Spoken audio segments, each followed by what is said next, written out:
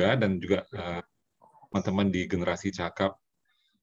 Saya senang sekali dapat kesempatan ya untuk share beberapa hal tentang resiliency dan juga selalu excited kalau ketemu generasi-generasi muda ini ya. Jadi kebetulan saya itu udah lebih dari 50, baru belakangan lebih dari 50 dan itu rupanya memang kayak usia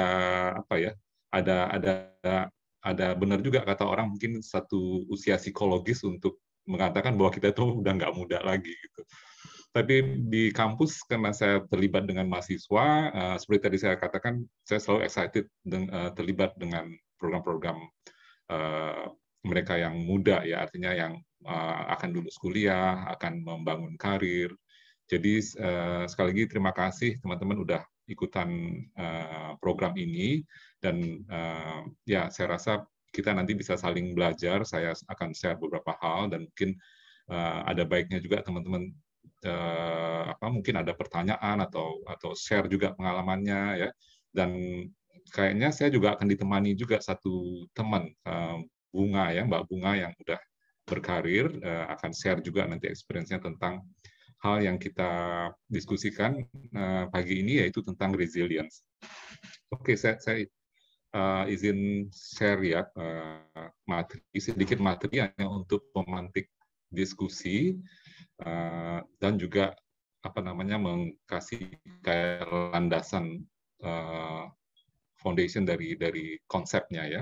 Karena mungkin aja ini ada yang baru dengar atau mungkin belum terlalu clear. Walaupun tadi saya lihat ada Iren udah baca Stoicism dari Mas Henry ya kalau nggak salah. Itu buku yang bagus dan juga menjelaskan sebagian tentang konsep resilience. Oh ya, Mas Henry juga bareng sama saya di komunitas yang sama. Kebetulan di resilience itu di satu penerbit buku Kompas dan Filosofi Teras, satu buku yang paling laris belakangan ini dari penerbit buku Kompas. Jadi Iren tuh udah lakukan keputusan yang tepat untuk ikut beli dan baca.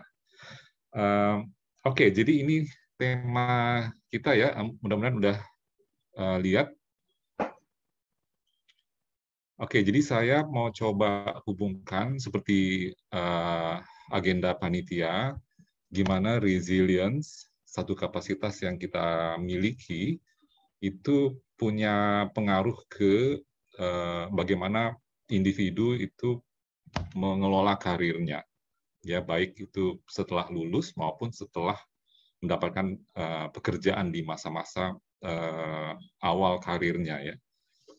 Ya mungkin sebagai background saya memang bukan orang psikologis, tapi di dalam ilmu manajemen itu pada titik tertentu kita mesti mendapatkan informasi dari ilmu psikologi karena kita bicara tentang pengelolaan orang dan di organisasi ya, manajemen di organisasi itu mengelola orang dan orang itu bukan benda mati, artinya bukan mesin yang kita bisa paksa untuk meng-create output saja gitu, tapi juga mereka yang punya emotion, mereka punya kognitif, mereka punya keluarga, dan akhirnya ilmu psikologi nggak terhindarkan involved di manajemen ya. Nah, saya kebetulan menyukai bidang organizational behavior, jadi itu memang organisasi yang ilmu yang melengkapi manajemen ya. Jadi di sana itu ada psikologinya, industrial psychology terutama ya. Mungkin ada yang ikut ambil psikologi bisa mengenali bahwa ada bidang yang namanya industrial psychology. Nah, itu yang sebenarnya saya banyak terlibat ya, mungkin lebih dari 10 tahunan terakhir lah. Jadi sebenarnya tema resilience saya tertarik awalnya karena di manajemen bisnis itu challenge-nya untuk para manajer dan juga para pengusaha ya, entrepreneur itu memang udah diketahui tinggi. Dan saya waktu itu memang udah suspek gitu atau duga kayaknya ada butuh satu kapasitas tertentu yang dibutuhkan.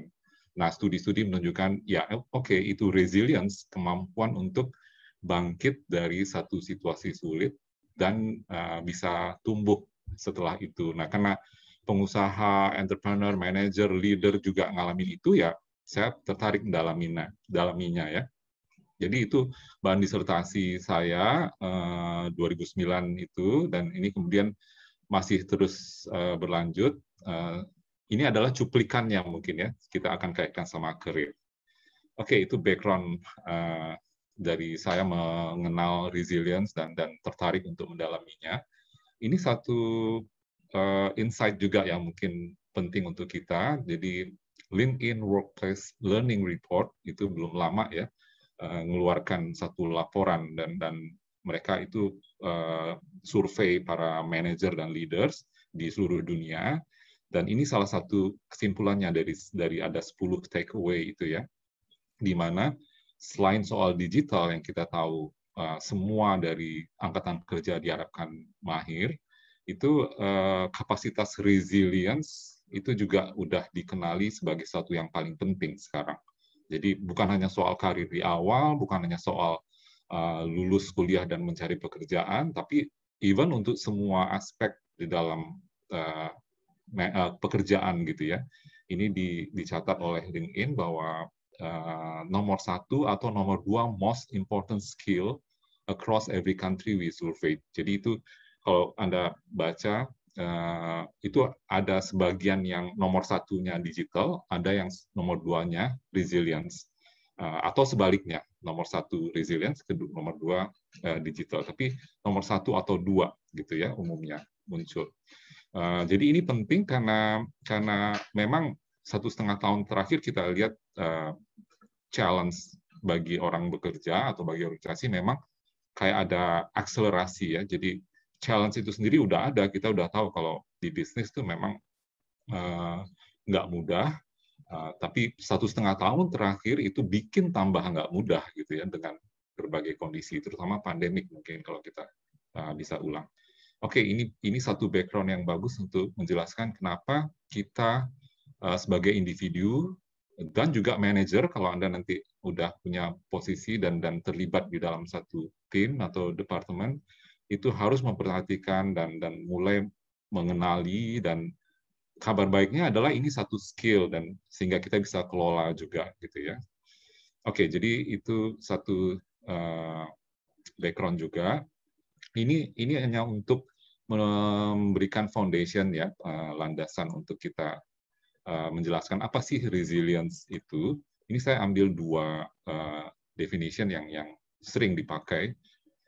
Pertama adalah kemampuan bangkit dari pengalaman emosi negatif. Ya, jadi kalau challenge atau kesulitan itu biasanya ikutannya adalah emosi yang negatif. Ya, apakah sedih, apakah kecewa, apakah marah, apakah frustrasi, itu adalah ikutannya. Ini yang disebut dengan pengalaman emosi negatif. Nah, resilience lebih lanjut adalah secara fleksibel beradaptasi. Jadi, oke, kita ngalamin itu, oke, kita aware tentang pengalaman sulit itu, tapi gimana caranya flexibly kita beradaptasi, gitu ya, atas tuntutan perubahan dari pengalaman tersebut. Ini yang Tugadi dan Fredrickson bilang. Kemudian ada juga yang suka dipakai ini kualitas personal yang bisa menyebabkan seseorang tumbuh, ya, jadi ada unsur tumbuhnya dan berkembang. Jadi ini isu yang juga kita kenal ya belakangan ya, bahkan mungkin secara nasional kita sering dengar bangkit dan tumbuh ya, atau tangguh dan tumbuh ya kalau nggak salah, itu slogan dari hari kemerdekaan kita ya. Jadi berkembang dan meski berada dalam situasi yang sulit ya. Jadi itu merefleksikan betapa pentingnya itu ya. Ini ilustrasi ini juga mungkin bisa menggambarkan itu. Jadi ini ilustrasi dari buku resiliensi saya yang terakhir. Tadi saya catat ngobrol sama teman panitia, mungkin kita akan kasih buku resiliensi sebagai hadiah itu ya. Nanti kalau ada yang tanya, nanti panitia akan atur. Jadi ini tadi Iren mungkin udah familiar nih dengan ilustrasi seperti ini karena ilustrator yang sama, Levina Lesmana, itu juga ilustratornya buku Filosofi Teras. Jadi saya juga tertarik kenalan sama dia dan saya ajak kerjasama. untuk buat ilustrasi juga. Jadi ini gambar awalnya saya nggak begitu nyaman sih karena agak girly ya, ada cewek. Saya tuh nggak merasa ini cocok untuk saya dan buku saya, tapi Levina bilang bukunya harus ada unsur gender juga, jadi ada kesetaraan gender. Ya udah saya ikut aja. Jadi ini bukunya ilustrasinya menjelaskan itu ada challenge ya di luar kita, ada naga yang kasih kesulitan, kasih tantangan, dan kita punya resources. Ya, jadi mungkin tadi pertanyaan Mbak Uga di awal, apa sih yang di sekitar kita yang bisa kita gunakan atasi tantangan? Saya rasa itu bisa kita refleksikan sebagai, ada nggak sih tools yang kita punya, equip diri kita dengan berbagai sumber daya untuk atasi challenge itu. Ya, tadi saya mau nunjukin satu jeruk yang saya ini tadi sarapan, itu juga bisa jadi tools juga. Nanti saya akan jelasin itu bisa jadi tools. Tapi ini lagi kembali ke ilustrasi, resilience itu adalah gimana kita memanfaatkan resources yang kita punya, ada banyak resources, untuk atasi challenge-nya. Ya, jadi memang ini akhirnya akan berbicara tentang relativitas, yaitu seberapa besar challenge-nya dan seberapa banyak resources yang kita punya. Ya, jadi itu akan berbeda-beda untuk setiap orang. Jadi ada orang yang challenge-nya kecil, mungkin bentuknya nggak naga gini ya. Sebaliknya ada orang yang sumber dayanya banyak, gitu ya. Itu akan menentukan si resilience. Oke, jadi resilience itu bicara tentang gimana kita memanfaatkan resources kita untuk atasi challenge dan kemudian kita tumbuh dengan resources itu. Nah, itu secara garis besar ya, resilience itu apa, jadi gimana kita manfaatin sumber daya kita. Pertanyaannya sumber dayanya apa, gitu. Dan tadi saya udah sebutin kabar baiknya, studi-studi mengatakan kita bisa bangun si resources itu. Ya, jadi kita punya peluang untuk develop resilience. Jadi kalau orang kantor, orang HR harusnya sangat tertarik ya, karena human resource management itu bicara tentang diantaranya adalah pengelolaan itu kan mengembangkan, ya, develop. Nah, biasanya mereka akan suka dengan yang bisa dikembangkan. Jadi ini resilience harusnya juga jadi catatan seperti itu. Oke, jadi itu sementara. Nanti saya akan tunjukin bahwa di antara resilient resources-nya adalah aspek fisik kita yang fit, kemudian nanti aspek psikologis, dan aspek emotion. Ya, di kesempatan ini kita akan fokus ketiga itu, walaupun nanti kita bisa diskusi tentang resources lain seperti misalnya teman, atau keluarga, atau atasan, sesuatu yang sifatnya sosial, atau mungkin nanti ada kayak misalnya religiusitas, ya kayak spiritual, itu yang lain nanti kita tetap bisa diskusi, tapi saya akan fokus ke tiga aspek tadi. Oke, saya mau tunjukin bahwa tadi ilustrasinya menggambarkan challenge atau tantangan, atau dalam literatur itu biasanya disebut dengan adverse events atau kesulitan-kesulitan. Kesulitan yang kadang-kadang mulai dari yang paling simple, hassle gitu ya, yang sehari-hari bikin kita pusing dan repot, sampai dengan adverse tadi yang benar-benar kayak kita terdistract dan terganggu dan mulai mungkin nggak yakin karena memang challenge-nya sangat tinggi. Misalnya seperti katakanlah contohnya saya sedang nyaman-nyaman bekerja, tiba-tiba udah ada kabar bahwa mungkin dalam 6 bulan belakangan ke depan ini saya dirumahkan dulu misalnya. Itu adverse event yang nggak kecil ya, dan saya rasa itu banyak yang ngalamin sekarang. Atau mungkin bisnis ya, kalau mereka bisnis biasanya dapat pendapatan sales harian, tiba-tiba harus mengalami fakta bahwa nggak ada sama sekali yang mendapat gitu, karena nggak bisa buka toko, nggak bisa jualan dan seterusnya. Oke, ini kita coba lihat lebih spesifik ke aspek karir ya, di mana ini saya bagi fresh graduate dan employee. Mungkin akan banyak di fresh graduate kali kalau lihat pesertanya, tapi oke.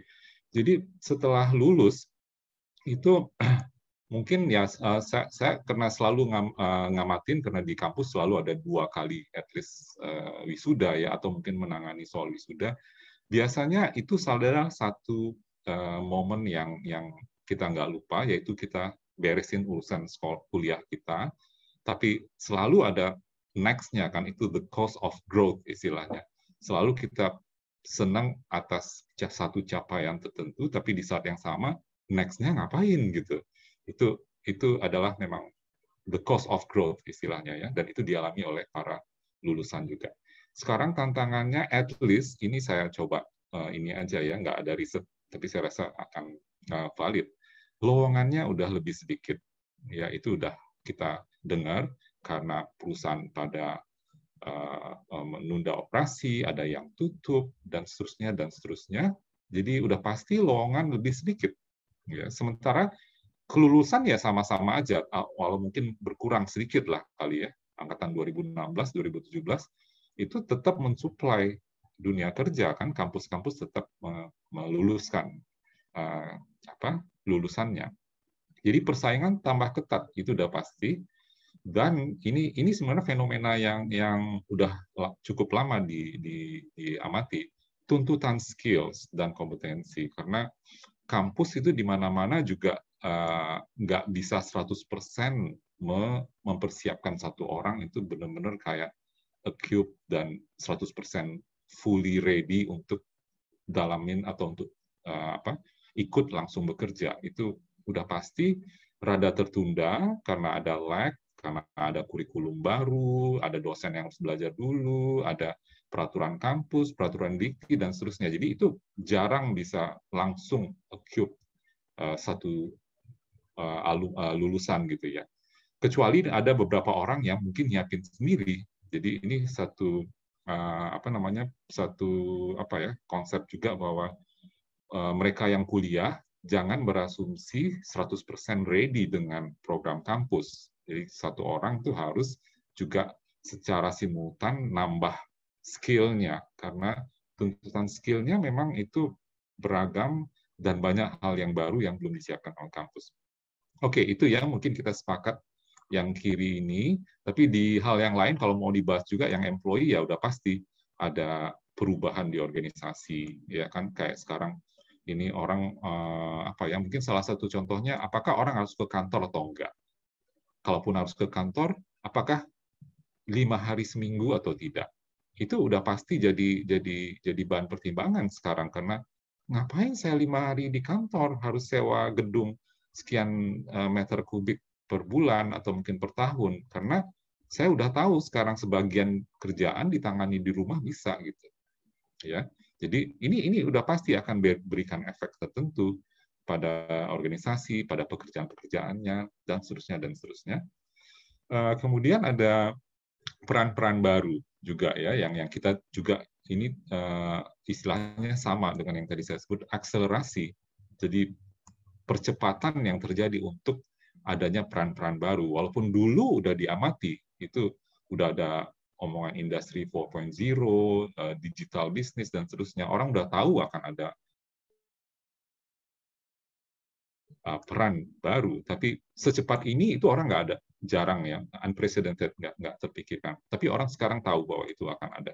Jadi kemudian untuk mereka yang bekerja ya tuntutan upskilling ini udah pasti nggak terhindarkan.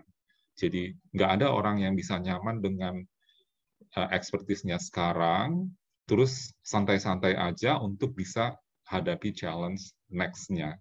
Karena satu orang mesti lakukan upskilling ya. Misalnya saya paling saya tahu adalah dosen misalnya ya. Itu upskilling-nya dosen sekarang adalah how to effective untuk fasilitasi student dengan online learning. Sesuatu yang jangankan online learning, kuliah biasa aja kita nggak ada itu training secara khusus gitu ya dari dikti. Ada tapi mungkin terbatas. Nah, apalagi tadi yang online learning ya kan. Jadi artinya kita dosen tuh ya harus upskilling, memastikan apa sih yang perlu di instruksional online learning, apa sih cara interaksinya gimana, cara nyerahin tugas gimana, soal ujian misalnya kan mungkin ada ingat dan tahu ini soal ujian kok aneh sekali gitu. Kenapa dosennya nggak bisa create soal dengan baik gitu. Misalnya pertanyaan what gitu ya. Sebutkan apa yang dimaksud dengan organizational behavior misalnya. Kalau pesertanya online udah jelas itu soal yang salah gitu. Karena orang semua bisa baca di depan komputer. Itu bukan soal yang baik dan dosen harus upskilling dengan keterampilan-keterampilan itu. Oke, kalau bicara dosen, Uga, saya jadi bisa kebanyakan nanti ngomong. Oke, jadi slide ini teman-teman semua saya sajikan untuk menunjukkan bahwa challenge-nya bertambah. Ya, nah kalau kita bicara psikologis, kita tahu ada yang namanya kebutuhan ya. Individu itu harus memastikan kebutuhannya itu secure gitu. Nah, yang paling sering kita bahas adalah soal safety, ya kan? Kayak kalau Anda mau lulus, itu satu hal yang nggak buat safety adalah kapan saya dapat pekerjaan, gitu. Ini ijazah udah ada, wisuda udah terjadi, waktu Lebaran orang semua udah tahu Anda udah lulus, dan mungkin pasangan Anda udah nanya-nanya, atau mungkin calon mertua udah tanya, orang nggak aman kalau dia nggak bisa mastiin pekerjaannya. Jadi safety-nya terganggu, juga tadi dengan soal kepuasannya, karena kayak misalnya saya ekspektasinya kerja di tempat A atau di bidang A, tapi ini nggak kunjung dapat panggilannya. Yang datang-datang malah yang lain, sesuatu yang saya nggak expect, saya nggak begitu prefer. Nah, itu bicara tentang kepuasan. Kita nggak dapat yang gitu kan. Jadi itu juga jadi situasi, dan juga mungkin soal relationship ya. Ini satu kebutuhan yang penting juga.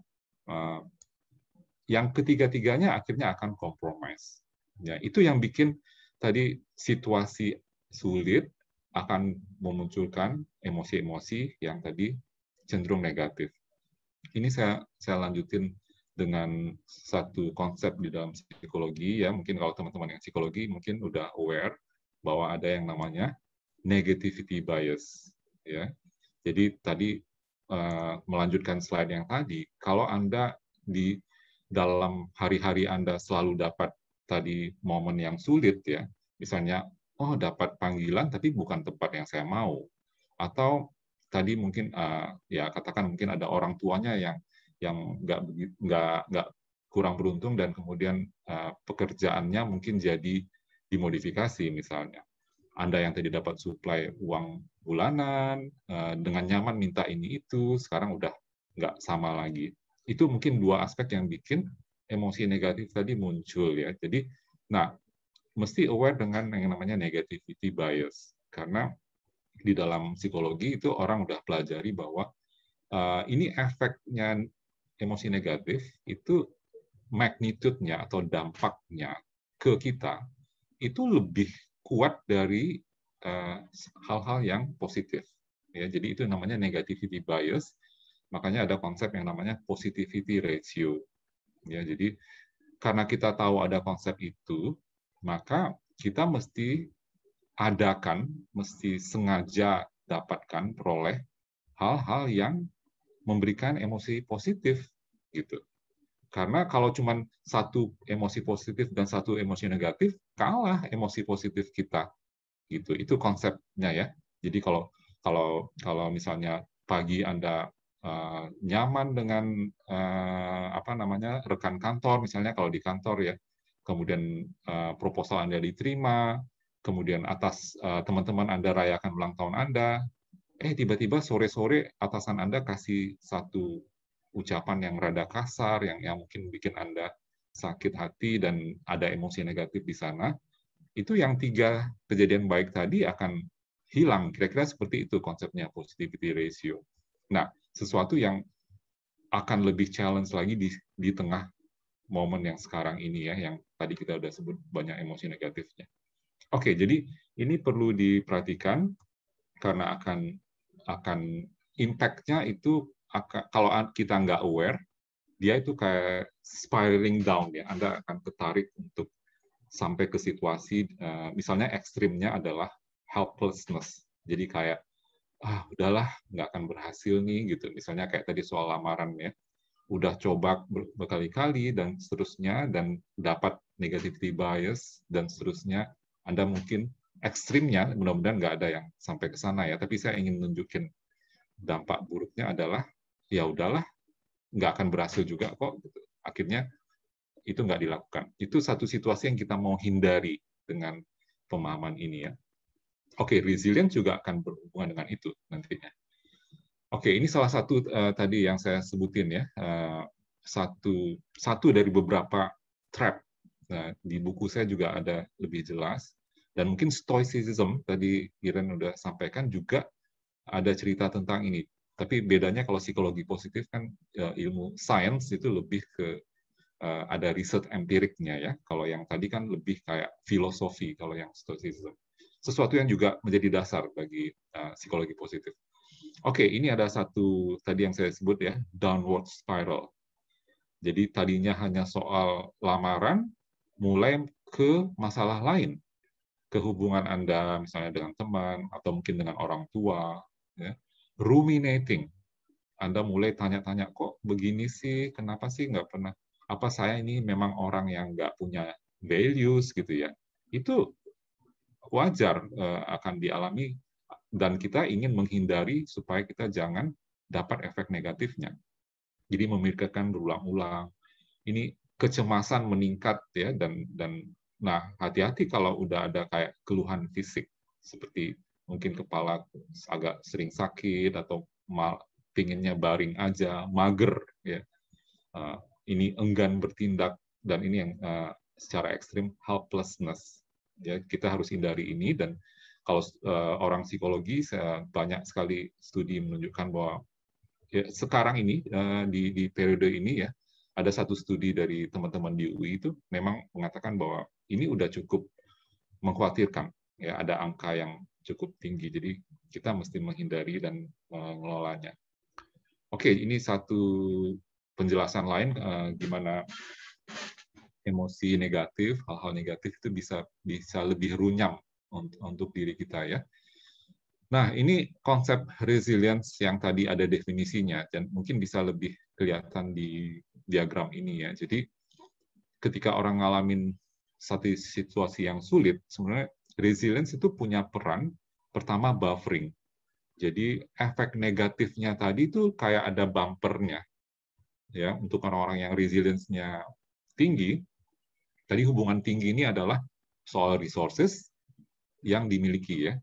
Nah, kalau orangnya tinggi, maka dia bumpernya cukup kuat sehingga down-nya dia lebih pelan ya dan juga kurang dalam. Kira-kira seperti itu. Karena bicara konsep resilience kita harus bicarakan kondisi down-nya ya karena kita semua individu punya potensi untuk ngalamin suasana yang down tadi ya. Jadi inhuman kalau bilang ada orang yang sama sekali nggak ngalamin itu, terlepas dari resources yang dia punya. Mau orang kaya, mau orang yang sedang-sedang aja, mau orang yang selalunya akan ngalamin down ini. Tapi yang resilience-nya tinggi, dia itu berperan kayak buffer, gitu ya. Sehingga down-nya nggak terlalu rendah. Kemudian ada aspek persistent perseverance, itu elemen di dalam psikologi ya, yang bikin orang itu tangguh gitu. Jadi dia masih tetap di purpose-nya semula, masih tetap mau bertahan, masih tetap mau coba. Itu elemen tangguh di dalam resilience. Ya, berapa lama dia tahan, gitu kira-kira seperti itu. Ya, tapi resilient bukan hanya menggambarkan itu karena ketahanan satu orang tuh akan ada batasnya gitu. Akan ada batasnya untuk setiap orang itu tergerus resources-nya dengan challenge yang dihadapi. Ya, jadi makanya di dalam ilmu resilience itu banyak studi-studi yang menunjukkan akhirnya ya mungkin ada apa namanya apa ya kayak sorry saya ada istilah psikologinya ya intinya kita perlu di treatment secara medis artinya secara apa namanya, perlu psikolog, perlu ya ini teman-temannya Mbak Uga ya, itu perlu dilibatkan karena mereka bisa berikan terapi-terapi tertentu dan memang ada fungsi seperti itu ya. Nah, itu menjelaskan bahwa akhirnya resources orang itu bisa tergerus ya. Nah, resilience itu punya elemen lain yang namanya bikin ini tumbuh ini ya, tadi yang saya sebut ada unsur thrive-nya, di mana kita punya kemampuan, keinginan untuk segera bangkit lagi. Ya, jadi ada elemen bangkit dan ada elemen tumbuh. Tumbuh itu artinya lebih baik dari semula. Itu ininya ya, definition-nya. Tidak kembali ke posisi semula, tapi lebih baik. Karena kenapa? Karena orang resilient itu ada unsur learning-nya di dalam penyelesaian masalahnya. Ya, karena itu nanti kita lihat di bagian akhir, learning itu elemen penting dari resilience. Oke, jadi ini peran resilience, pertama buffering, kemudian dia perseverance, bikin tough, ya, bikin tangguh, tapi lebih dari itu bikin kita bangkit dan tumbuh, gitu. Oke, nah sekarang secara cepat apa sih yang menentukan resilience? Tadi kita udah sebut sumber, tapi untuk bisa membangun, ini ada riset dari yang tadi saya sebut teman-teman di psikologi UI ya, belum lama ini di share sama publik. Mereka temukan ini, dan ini memang tren juga di mana-mana ya, di riset-riset di negara lain juga seperti ini. Afek positif itu yang menentukan, di antara afek positif yaitu emosi positif tadi ya, atau pengalaman-pengalaman yang berikan kayak mood yang baik ya, rasa senang dan seterusnya. Emosi positif lah istilahnya ya, itu nanti kita bisa diskusiin lebih jauh. Afek negatifnya malah lebih sedikit, gangguan depresinya lebih sedikit, dan kesehatan mental lebih sedikit lagi. Nah, ini pesan untuk kita bahwa yuk kita coba kelola afek positif kita, karena itu akan membantu mendevelop resilience yang kita punya. Dan by the way, risetnya teman-teman di UI ini mengatakan bahwa rata-rata orang Indonesia dari respondennya ya, sekitar 5.000-an orang dari berbagai profesi, itu kesimpulan mereka adalah relatively rendah sekarang ini. Ya, jadi ini mungkin bisa jadi catatan kita. Oke, jadi selanjutnya saya mau coba share tentang how-nya sekarang. Gimana kita mendevelop, kalau memang promise-nya adalah bisa di-develop, bagaimana caranya gitu. Nah, ini hanya untuk pemantik diskusi, saya coba share beberapa hal.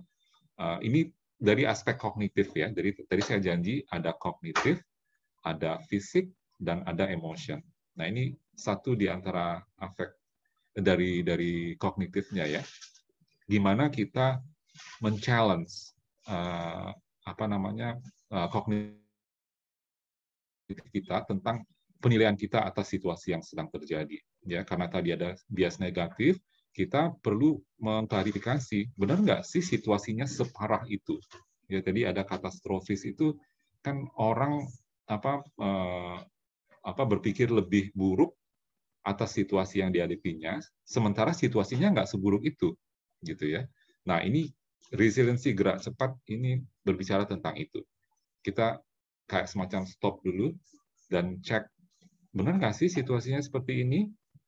Perasaan kemarin saya juga pernah mengalami ini dan saya punya modal untuk mengatasinya.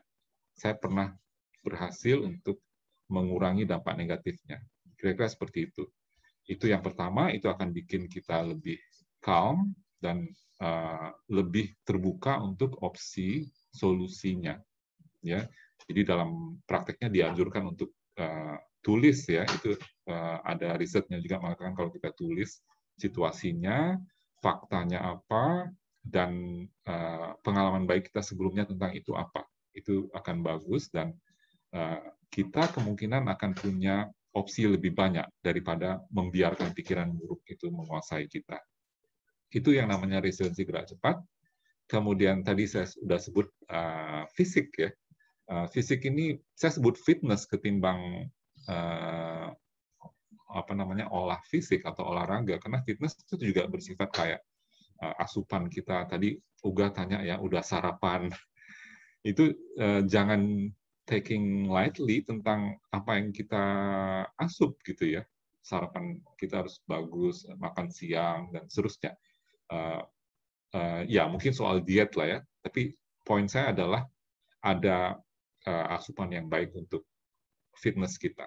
Nah, yang lain tentunya adalah olah fisik. Ya, jadi pastikan kita itu setiap hari itu sesuai anjurannya ya, kurang sekitar 30-an menit itu untuk olah fisik.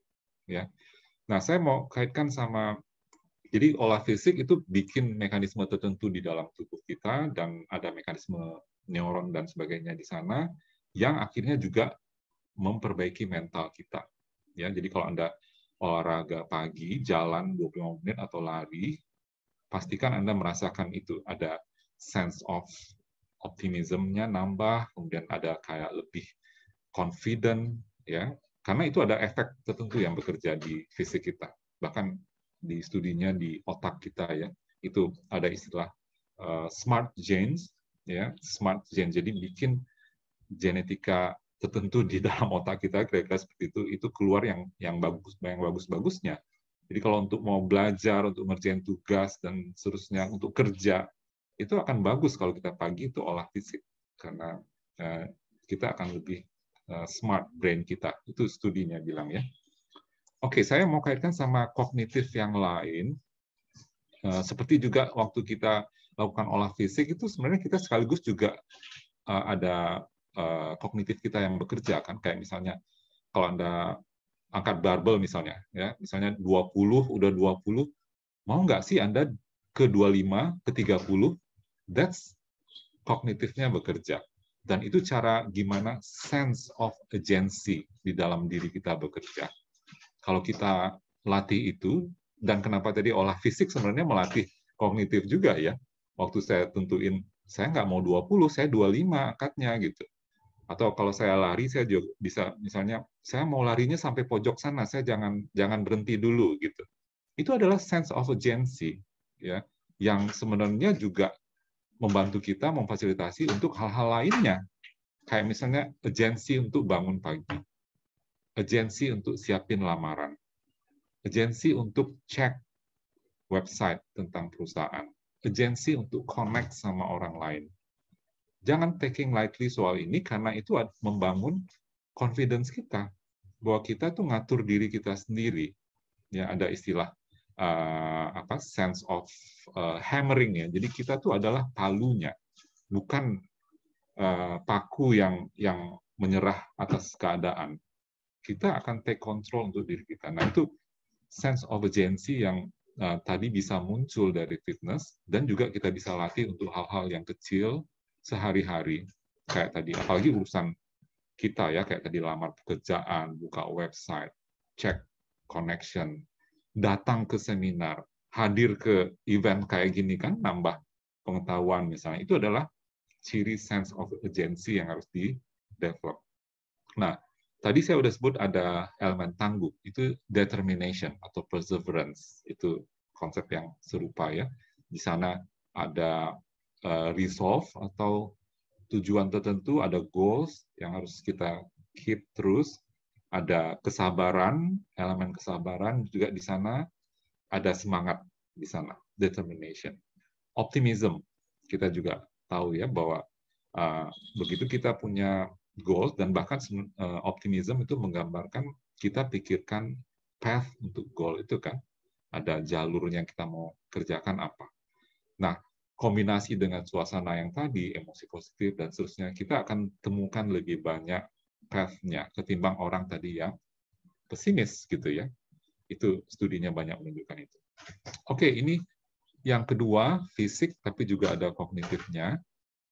Kemudian ini yang saya cenderung untuk menganjurkan kita aware lebih jauh, yaitu tentang emotion.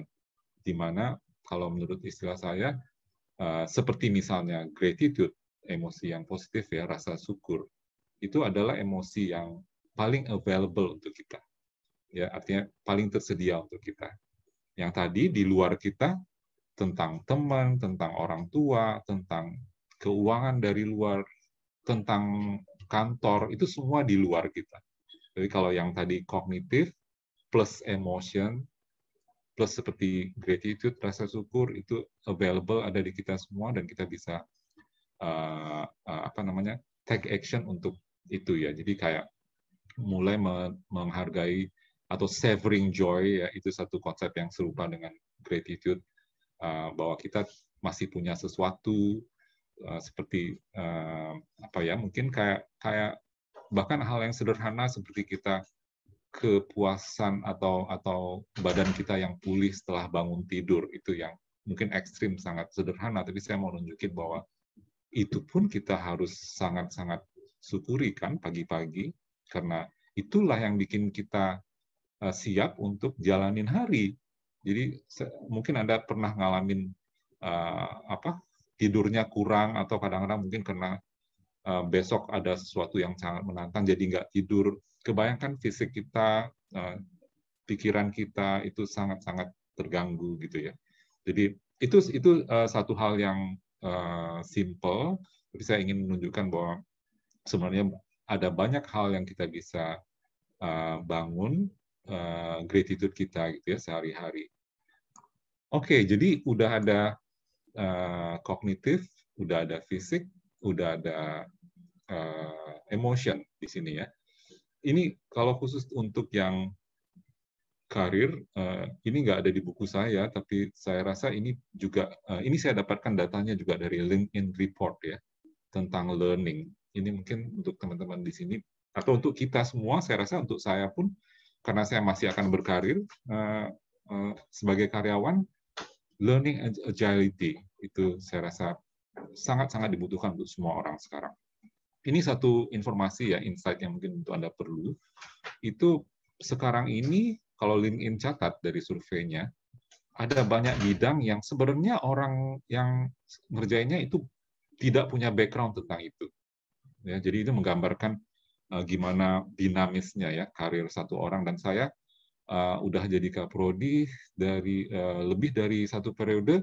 Saya yakin banget karena dengar dari lulusan-lulusan saya, kita nggak harus terpaku ke yang kita pelajari. Jadi kalau program studinya manajemen, Anda nggak harus untuk misalnya masuk HR atau pemasaran. Ada banyak potensi lain yang harusnya Anda open juga, walaupun punya hal yang spesifik juga nggak jelek juga ya. Tapi ini satu kondisi di mana sangat dinamis dan open terhadap situasi itu mungkin akan lebih baik ketimbang menutup diri. Jadi ini 50% orang yang kerjanya artificial intelligence dan data science itu bukan orang yang belajar tentang itu sebelumnya. Engineering katanya malah lebih banyak, 6-7%. Orang yang ngurusin konten itu bukan belajar tentang konten sebelumnya, 72%. Apalagi nih sales ya, orang dari ITB, orang yang belajar pertanian, sekarang salesnya juga mahir. It's okay gitu. Itu yang disebut dengan learning agility ya, agility. Kita fleksibel untuk bangun terus keingintahuan kita dan membiasakan diri untuk hal-hal yang kita challenge ya, dan belajar dari challenge itu. Ini learning agility, ini konsep dari konsultan di Korn Ferry dari tahun 2000-an dan sekarang mungkin tambah penting saya rasa. Oke, nampaknya saya udah harus selesai. Kalau lihat waktunya, ini saya kutipan yang saya suka dan saya taruh juga di buku saya dari Rumi ya, untuk menunjukkan bahwa kita tuh as a individual sebenarnya punya banyak modal. Ya, you were born with wings, why prefer to crawl through life? Jadi Rumi bilang kita punya modal sayap. Ya, sayap itu saya sebut sebagai resilience dan modal-modal lainnya. Nah, kenapa kita memilih untuk melata dalam hidup kita? Jadi kita nggak manfaatin modal-modal itu. Oke, saya rasa sementara mungkin untuk tematik diskusi, ini tadi saya share tentang beberapa hal di buku ini, dan saya janji akan kasih satu juga untuk teman yang mungkin terlibat, nanti panitia akan pilih. Tapi untuk sementara mungkin share dari saya seperti ini. Terima kasih banyak. saya menunggu sesi selanjutnya. Baik, Bapak. Terima kasih untuk sharing-nya. Saya mencatat beberapa hal yang sebenarnya jadi kepo nih pengen tanya. Nah, tapi untuk sekarang saya persilahkan di sesi yang pertama, 3 penanya terlebih dahulu untuk langsung tanya ke Pak Taufik terkait dengan mungkin ada yang sedang dihadapi atau mungkin mau tanya lebih dalam soal tips-tips nih. Silakan. Boleh raise hand atau langsung open mic. Silakan. Kalau tadi Pak, saya lihat ada beberapa hal yang baru ya, yang khususnya saya juga baru membaca kembali terkait dengan sense of agency. Nah itu kayaknya penting banget nih kita bisa mengumpulkan hal itu ya untuk tadi menghadapi berbagai tantangan lah gitu. Silakan teman-teman boleh open mic langsung atau raise hand dulu ya. Ya, boleh Iren. Saya izin, tadi menurut saya yang topik raise hand memang cukup menarik juga. Lalu tadi ada sempat disinggung tentang berpikir ke atas, berpikir katastrofis ya Pak ya. Nah, itu saya sendiri juga tipikal orang yang terkadang membayangkan kemungkinan terburuk seperti itu. Ya memang terkadang itu menimbulkan kayak kecemasan tersendiri, tetapi di samping itu terkadang juga membantu saya seperti malah mempersiapkan. Justru saya tahu kemungkinan terburuknya apa, justru saya malah bisa mempersiapkan kemungkinan yang akan terjadi seperti itu. Nah, kalau menurut Bapak, dari pandangan Bapak, itu bagaimana Pak tentang berpikir katastrofis tersebut?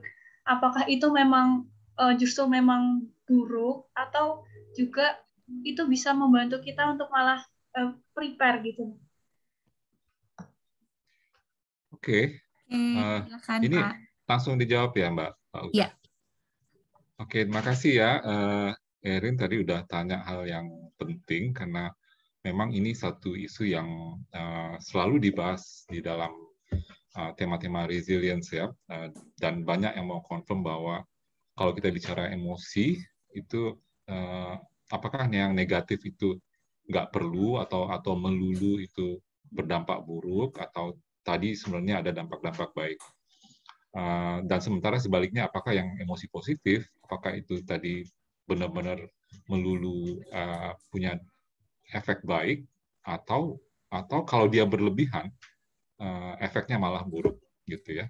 Jadi memang tema emosi itu sebenarnya orang psikologi positif dari awal juga udah notice ya bahwa dua aspek itu sesuatu yang nature, maksudnya alamiah dan bahkan memang ada pada diri kita sebagai manusia. Makanya tadi saya ada istilah positivity ratio, itu artinya satu emosi negatif diharapkan ada 3 atau 4 ya, berdasarkan studinya itu emosi yang positif. Artinya para ilmuwan ini juga notice bahwa kita nggak bisa lepas dari emosi negatif karena di certain level, di dosis yang tepat, si emosi itu kita butuhkan gitu.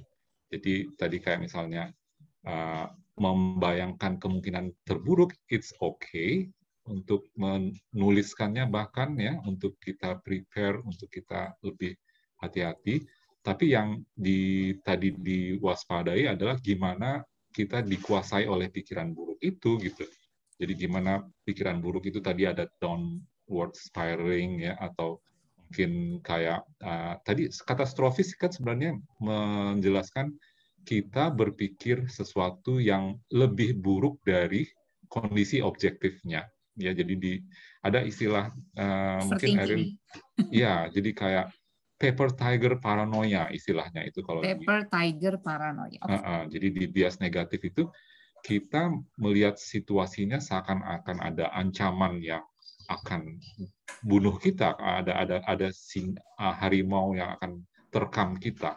Tapi sebenarnya masalahnya hanya seperti paper tiger, nggak ada giginya dan cuma masalah biasa yang kita pernah atasi dulu, yang sebenarnya itu nggak harus ganggu kita. Ya seperti Ya misalnya saya katakanlah tadi mau presentasi kayak mungkin aduh khawatir nanti ini ya, nggak siap atau mungkin nanti kalau ada yang tanyanya susah gimana. Oke, itu mungkin satu kemungkinan, tapi saya kan juga punya kemungkinan lain. Saya biasa menyelesaikan ini, saya ada bahannya, saya cukup terampil, pengalaman-pengalaman dulu menjelaskan itu juga saya catat, dan akhirnya kemungkinan terburuknya nggak harus mengganggu saya, dan saya lebih akurat merespon situasinya. Ya, itu yang tadi disebut dengan kita harus menghindari katastrofis, berpikir katastrofis, bukan mengabaikan situasi Emosi sulitnya. negatif. Seperti itu.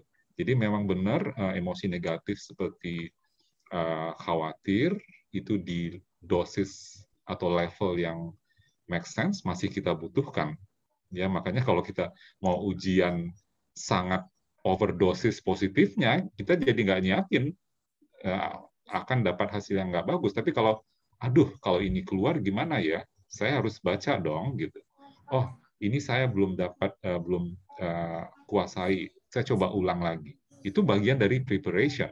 Tapi bukan, aduh, nanti ini soalnya aku nggak bisa deh kayaknya. Aduh, itu aku dulu pernah gagal dan nggak bisa. Toh nggak akan berhasil. Ya udah, nggak usah belajar aja. That's efek dari katastrofis yang tadi buruk, yang tadi saya bilang di satu titik tertentu ada istilahnya learn helplessness ya. Jadi karena kita tadi dikelabui, artinya pikiran kita nggak akurat lagi, yang kebayang hal-hal yang tadi buruk dan nggak ada manfaatnya, akhirnya helplessness, learn helplessness. Udahlah, itu bukan untuk saya. Itu saya nggak akan bisa itu. Itu yang kita mau coba hindari, dan memang kalau dalam psikologi itu satu situasi yang nggak menguntungkan ya, dan ada orang-orang seperti itu. Itu yang kita ingin hindari, seperti itu, Irene. Menarik Pak, terima kasih Pak. Ya, sama-sama. Terima kasih Irene pertanyaannya. Boleh lanjut? Untuk penanya berikutnya boleh ngacung atau langsung open mic. Kalau saya tuh pernah yang tadi Pak di materi Bapak itu yang positivity ratio. Jadi itu saya pernah baca, saya ikut course online gitu dari LinkedIn juga kebetulan. Jadi CFO-nya ya kalau nggak salah, apa CEO-nya Facebook itu Sheryl Sandberg, dia kan kehilangan suaminya tuh Pak. Itu dia ya meninggal, suaminya tiba-tiba kalau nggak salah karena sakit, terus merasa drop banget, jadi dia ngerasa salah gitu ya, gagal secepat mungkin bawa ke rumah sakit, terus dia juga drop lah jadi secara mentally. Nah waktu itu dia juga datang ke psikolog, kebetulan datang ke psikolog organisasi, tapi mungkin dia percaya ya sama psikolog.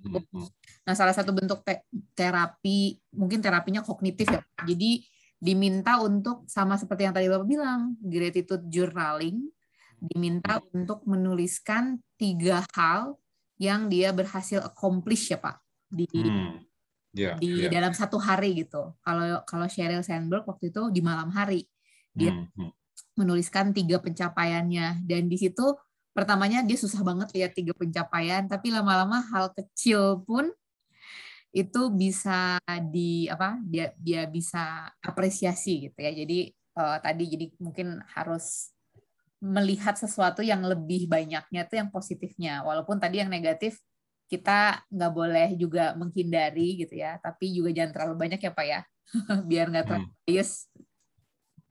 Iya. Oke, ini menarik sih yang tadi Mbak Uga sampaikan ya, Sheryl Sandberg. Mungkin yang lain juga kalau mau dalamin, saya setuju. Ini kalau saya nggak salah ingat itu option B ya, bukunya Sheryl Sandberg dengan Adam Grant itu. Ya, sama Adam Grant yang Pak. di Positive Organizational juga. Jadi itu satu situasi dijelaskan betapa orang kayak Sheryl Sandberg ya, maksudnya top management di Facebook, tapi ngalamin situasi yang challenging untuk dia, yaitu kehilangan pasangan gitu. Orang seperti itu pun bisa tadi kayak resources-nya tergerus dan seterusnya, sampai ke titik yang ragu tentang apa next-nya dan masa depan seperti apa, karena begitu apa ya istilahnya unprecedented, nggak diduga-duga tiba-tiba dapat situasi seperti itu. Nah, saya rasa ini bagus option B itu untuk menegaskan lagi bahwa hidup ada itu opsi lain, ada ya, alternatifnya. Ada alternatif lain, ya. Jadi Biar cepat move on ya Pak. ya, betul. Ini saya ingat banget tuh line-nya di option B itu kan waktu dia mau ngantar anaknya satu acara, biasanya bareng sama pasangannya, suami, tiba-tiba udah harus sendiri gitu dan tapi temannya bilang dia nggak sanggup waktu itu ceritanya ya. Terus temannya bilang kamu kan punya option B seharusnya gitu dan ini bagus yang option B kemudian mencoba ada satu poin yang kayak tadi acknowledge ya bahwa kita share tentang situasi kita itu satu mekanisme kan dalam psikologi untuk lebih lega dengan situasi dan option B itu menyediakan fasilitas itu. Jadi kalau Anda teman-teman tertarik bisa cek medsos mereka ya dan mereka menyajikan di sana ada banyak challenge mulai dari tadi kehilangan pekerjaan atau mungkin divorce dan seterusnya ya supaya orang bisa kayak belajar juga dan ada sense of apa ya kita nggak satu-satunya ya jadi itu juga ada penekanan dalam hal resilience untuk sense bahwa ini bukan kita sendiri yang ngalami gitu jadi makanya tadi kalau kita bicara resilience sebenarnya memang bukan hanya yang ada di diri sendiri gitu ya. Saya fokus ke sana karena ini yang kita punya.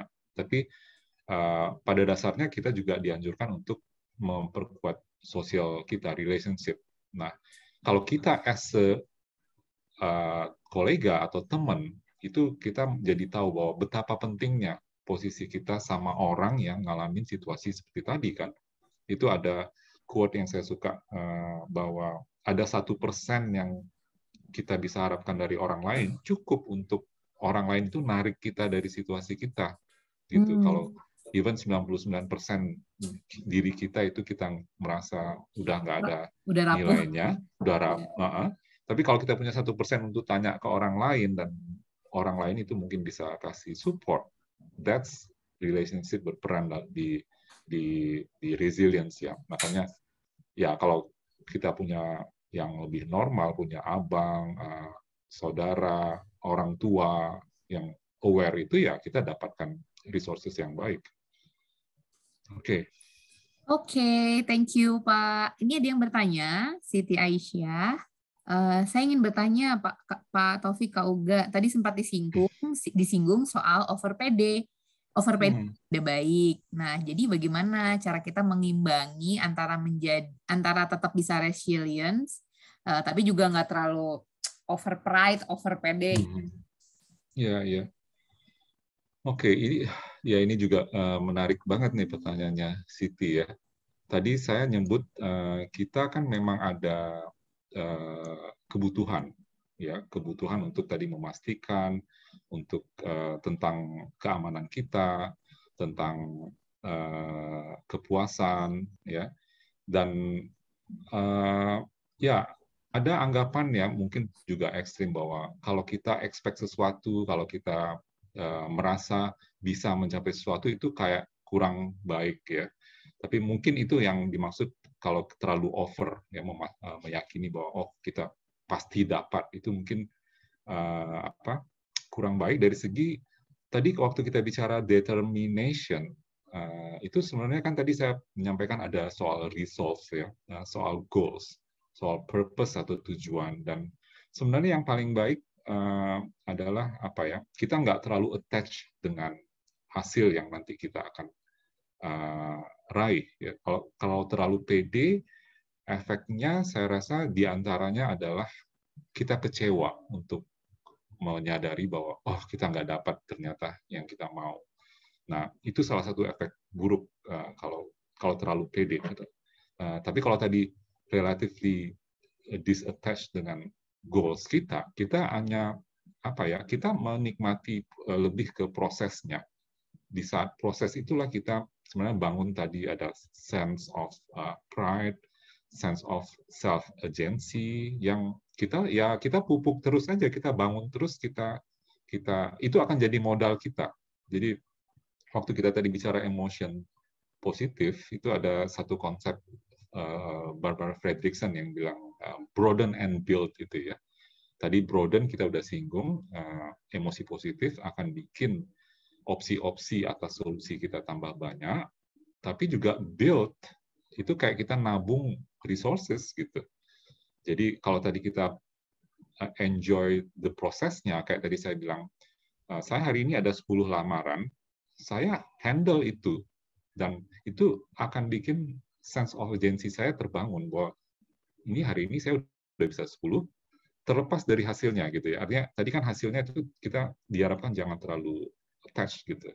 Jadi at least saya udah bangun tadi sense of urgency. Yang kecil-kecil gitu lebih lebih kita butuhkan.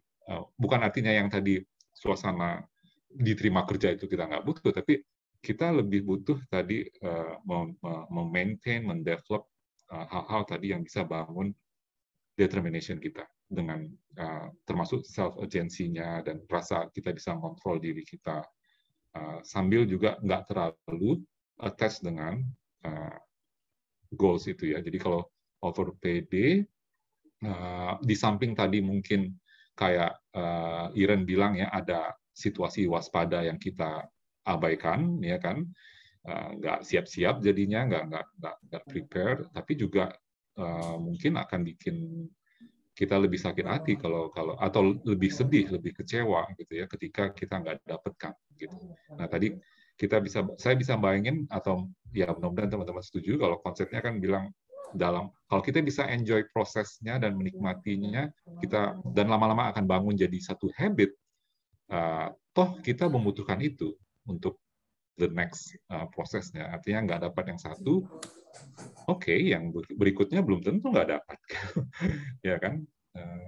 Oh iya, saya jadi ingat, karena kan saya juga lagi mentoring teman-teman yang mau PhD ke luar negeri itu, dan saya ada pengalaman untuk raih beasiswa, sesuatu yang mungkin untuk dosen memang kayak impian ya. Jadi kalau temanya ini karir impian, samalah kalau dosen tuh impiannya salah satunya adalah dapat scholarship luar negeri gitu. Itu saya rasa saya cukup confidence untuk bilang kalau kita prepare dengan cara yang tadi, meraih beasiswa itu hanya the matter of time. Ya, karena kita udah tadi bangun kebiasaannya, siapinnya dengan baik, akhirnya jalan-jalan itu memang muncul sih.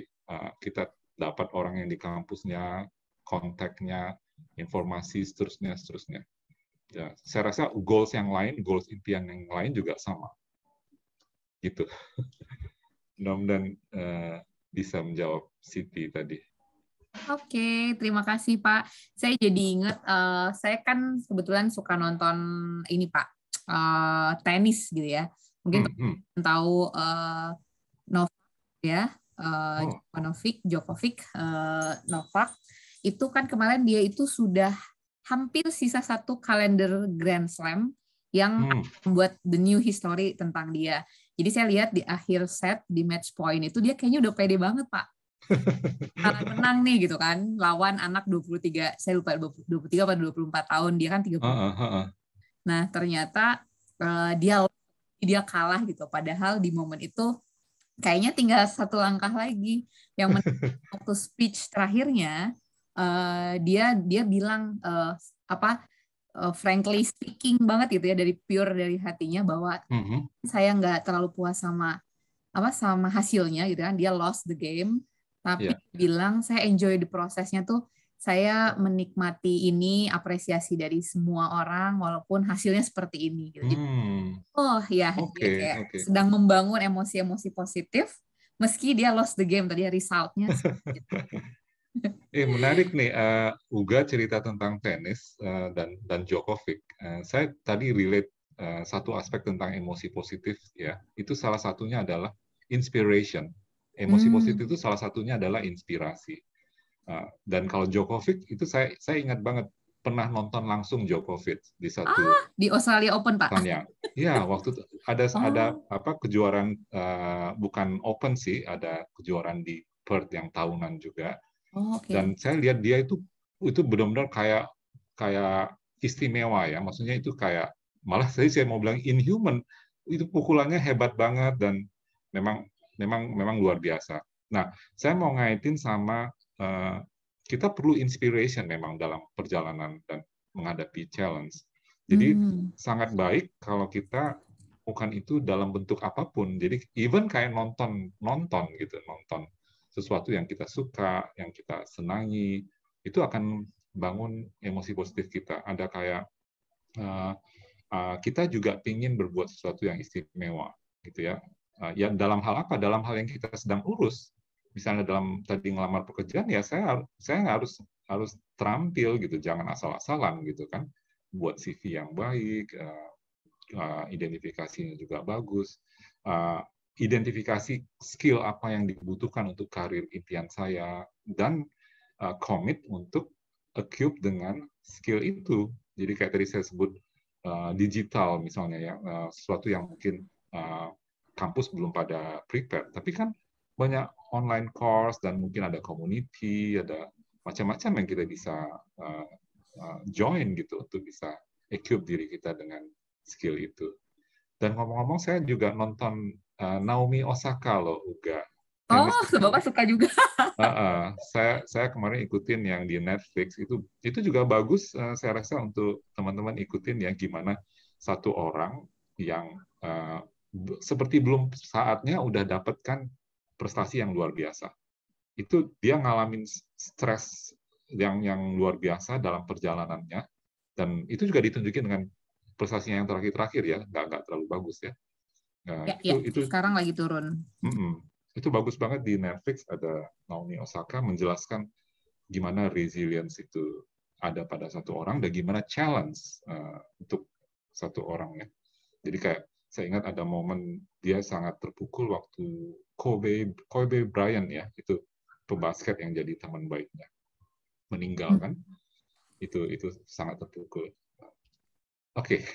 Kebanyakan cerita tenis. Cerita tenis. Ini Pak ada pertanyaan tapi yang masuk ke saya Japri. Jadi kayaknya ini ada sesuatu. Jadi pengennya Japri. Misalnya kita berhadapan dengan tim yang anggota-anggotanya itu memiliki permasalahan masing-masing sehingga dalam mempengaruhi dalam menjalani tanggung jawabnya.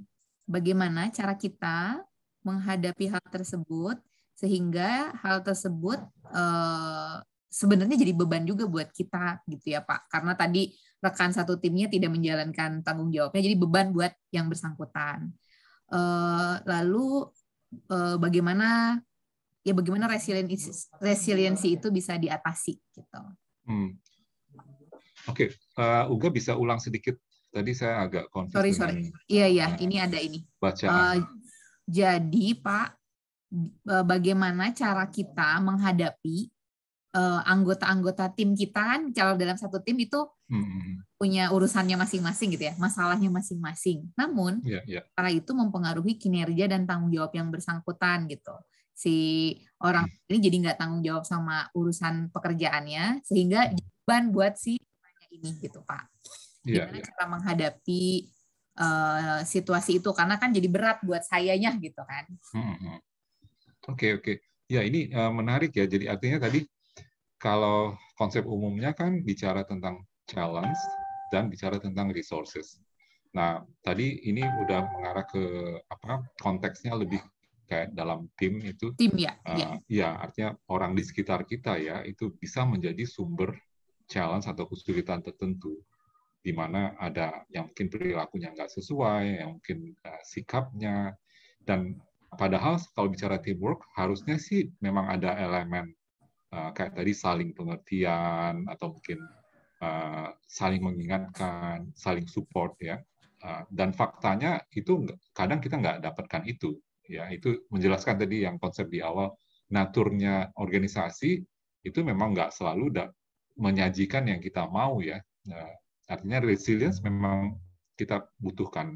Nah, tadi kalau diingat ada aspek buffering ya dari emosi yang positif, maka terlepas dari situasinya, ini juga mungkin sekaligus menjawab sidik yang di chat ini ya, saya lihat juga berkaitan, ada lingkungan ya yang bermasalah gitu kan.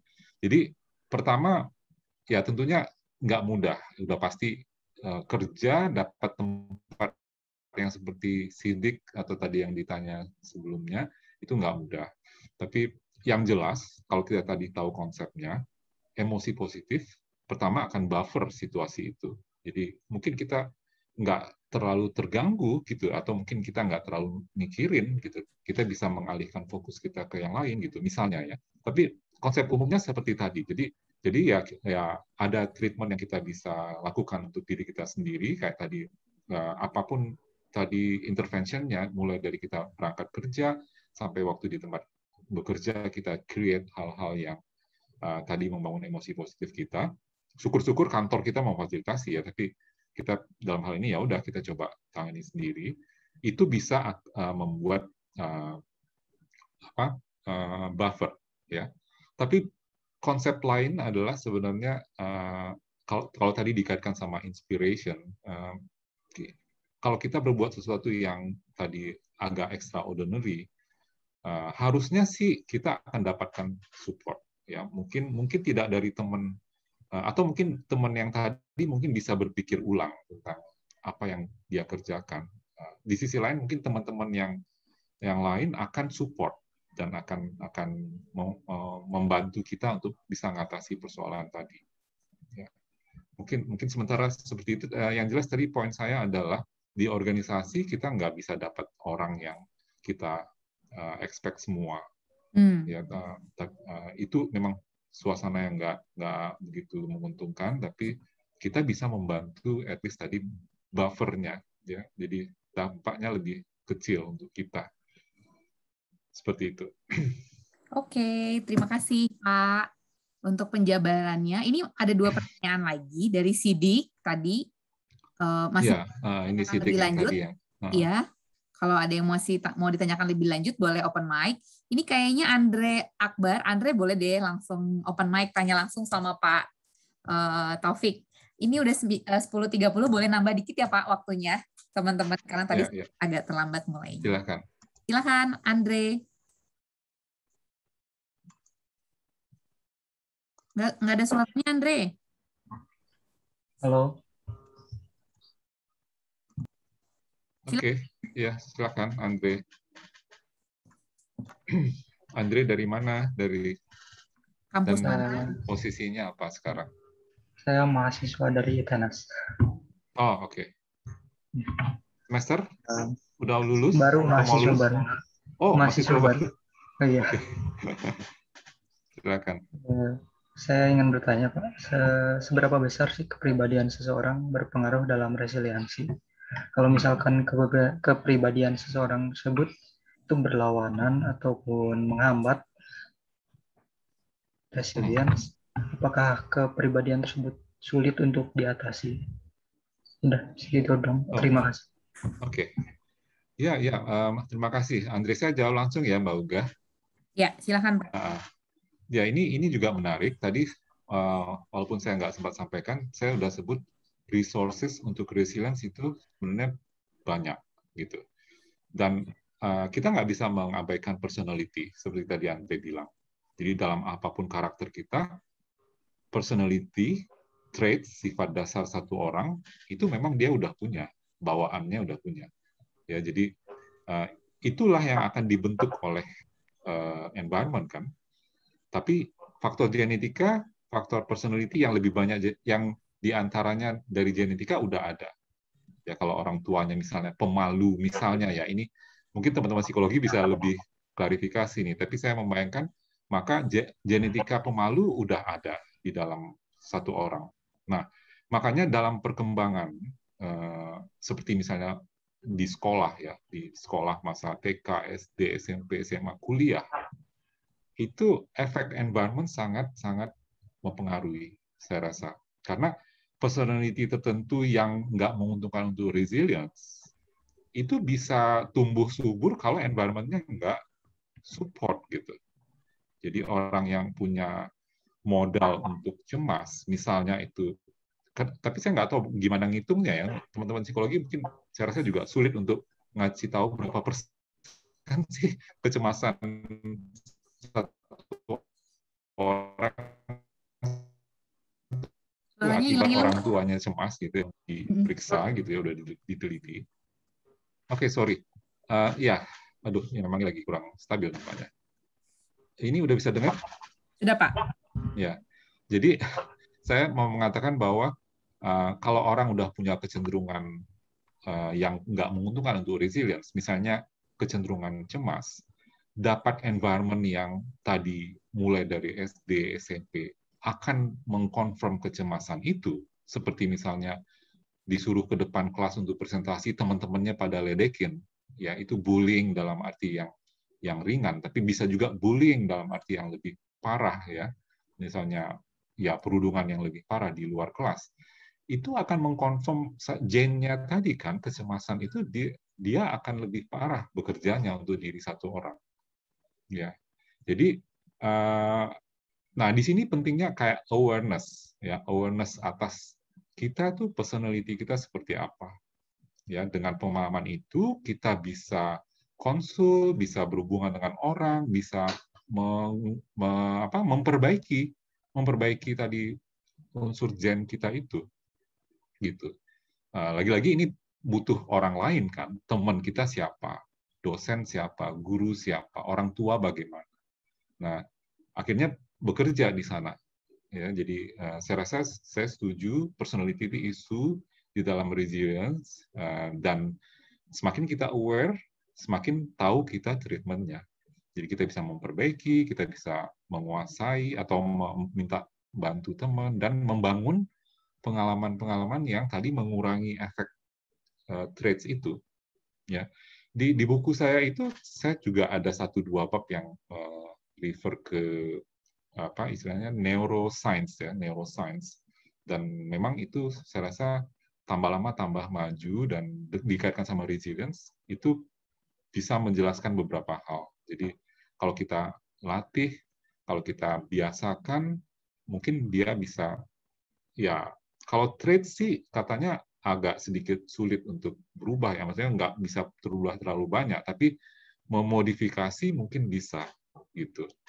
Ya, tapi neuroplasticity konsepnya itu cukup powerful karena konon banyak yang kita bisa ubah. Ya, termasuk tadi saya rasa aspek-aspek yang dulu orang tahunya itu kayak personality traits itu mungkin berubahnya sedikit. Tapi saya rasa kalau lihat perkembangan neuroplasticity mungkin nampaknya bisa lebih banyak diubah. Nah, nggak tahu nih teman-teman psikologi mungkin punya jawaban juga, Mbak Uga dan yang lain. Sementara itu Andre. Baik Pak, terima kasih. Ya.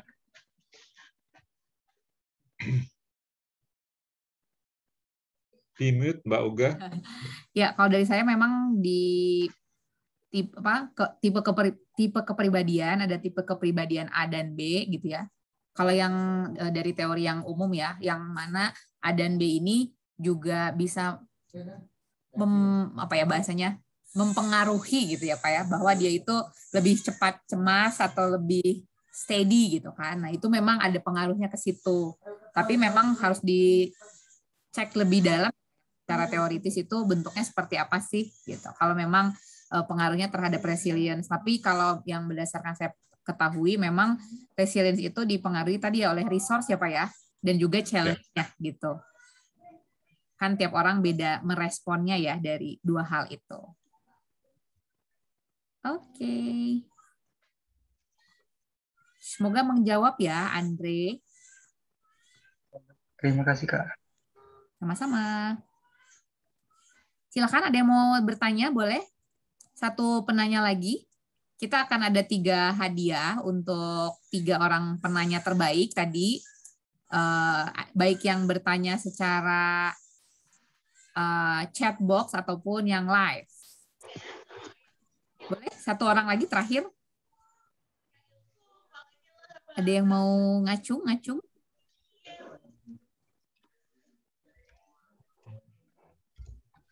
Oh, sudah tidak ada ya. Oke. Apabila tidak ada, kita sudahi sesi ini. Tapi sebelumnya saya mau mengumumkan yang mendapatkan tiga orang yang menanya baik atau penanya terdalam. Nanyanya dalam. Boleh dong Pak, pilih satu orang, nanti duanya lagi dari tim Generasi Cakap. Silakan Pak. Oke, Tadi ada Andre, ada Sidik, ada Siti Aisyah, ada yang no name karena Japri, ada juga Irene. Iren. Saya tadi ini memang yang lain cukup bagus ya pertanyaan, sangat atensi dengan sesi kita, maksudnya temanya, dan tadi kelihatan ada curiosity-nya juga. Hanya mungkin saya ingin appreciate Iren ya tadi pertama dan kemudian menunjukkan semangat yang take action. Pertama mungkin saya pilih Iren untuk tadi hadiah buku ya, kalau siap. Boleh. Yeay, congratulations Iren. Terima kasih banyak dan cakap dan Pak Taufik. Ya, biar tambah lengkap koleksinya tadi. Filosofi teras. Lalu yang kedua adalah Sidik. Sidik mendapatkan souvenir dari Generasi Cakap dan juga Andre Akbar. Nah, teman-teman boleh nanti kirim alamat lengkapnya ke DM langsung ke Generasi Cakap ya. Biasanya kan nama lengkap sama nomor telepon buat pengirimannya ya. Gitu. Oke, lalu sebelum sesinya saya stop dulu.